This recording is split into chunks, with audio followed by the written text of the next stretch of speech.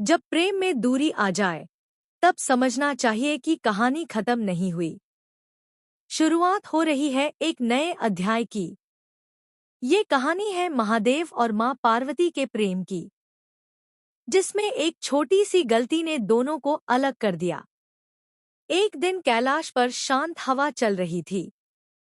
महादेव गहरे ध्यान मीदा और मां पार्वती उनके पास बैठकर उनसे कुछ कहना चाहती थी, पर शिव जी ने आंख तक नहीं खोली। मां पार्वती को लगा कि महादेव उनकी बात इग्नोर कर रहे हैं। प्रेम जब गहरा होता है तो छोटी छोटी बातें भी दिल को चुभ जाती है। गुस्से में मां पार्वती से एक कठोर शब्द निकल गया। उस एक शब्द ने महादेव का ध्यान तोड़ दिया।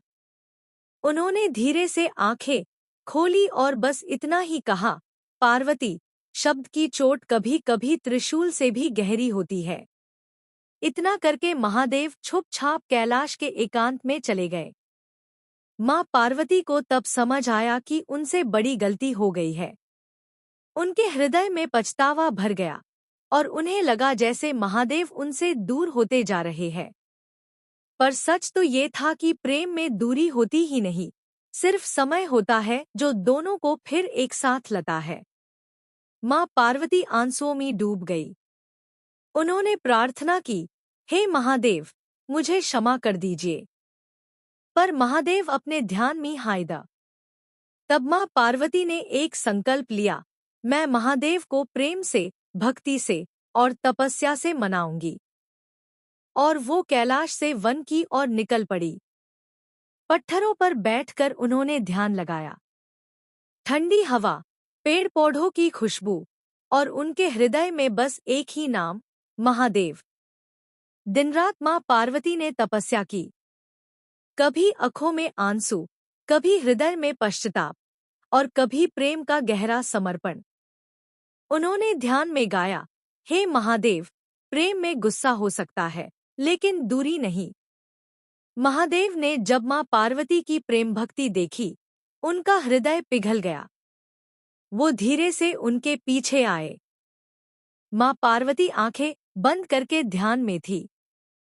महादेव ने अपने कोमल स्वर में कहा, पार्वती, तुम्हारा प्रेम ही मेरी शक्ति है। तपस्या से बड़ा प्रेम का बाल होता है। मां पार्वती की आंखों से आंसू बह गए।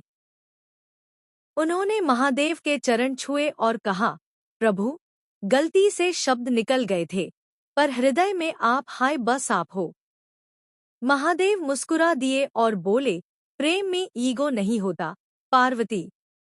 जहां प्रेम होता है, वहां क्षमा अपने आप आ जाती है। दोनों का संगम फिर से कैलाश पर प्रकट हुआ। हवा में एक शांति थी, प्रकृति में एक प्रेम था और देवलोक में एक प्रकाश। ये कहानी ये सिखती है कि रिश्तों में शब्द संभल कर बोलने चाहिए, पर जब प्रेम सच्चे दिल से हो तो महादेव की तरह हर दूरी मिट ही जाती है। हर घर में प्रेम रहे, शांति रहे और महादेव पार्वती का आशीर्वाद सदैव बना रहे।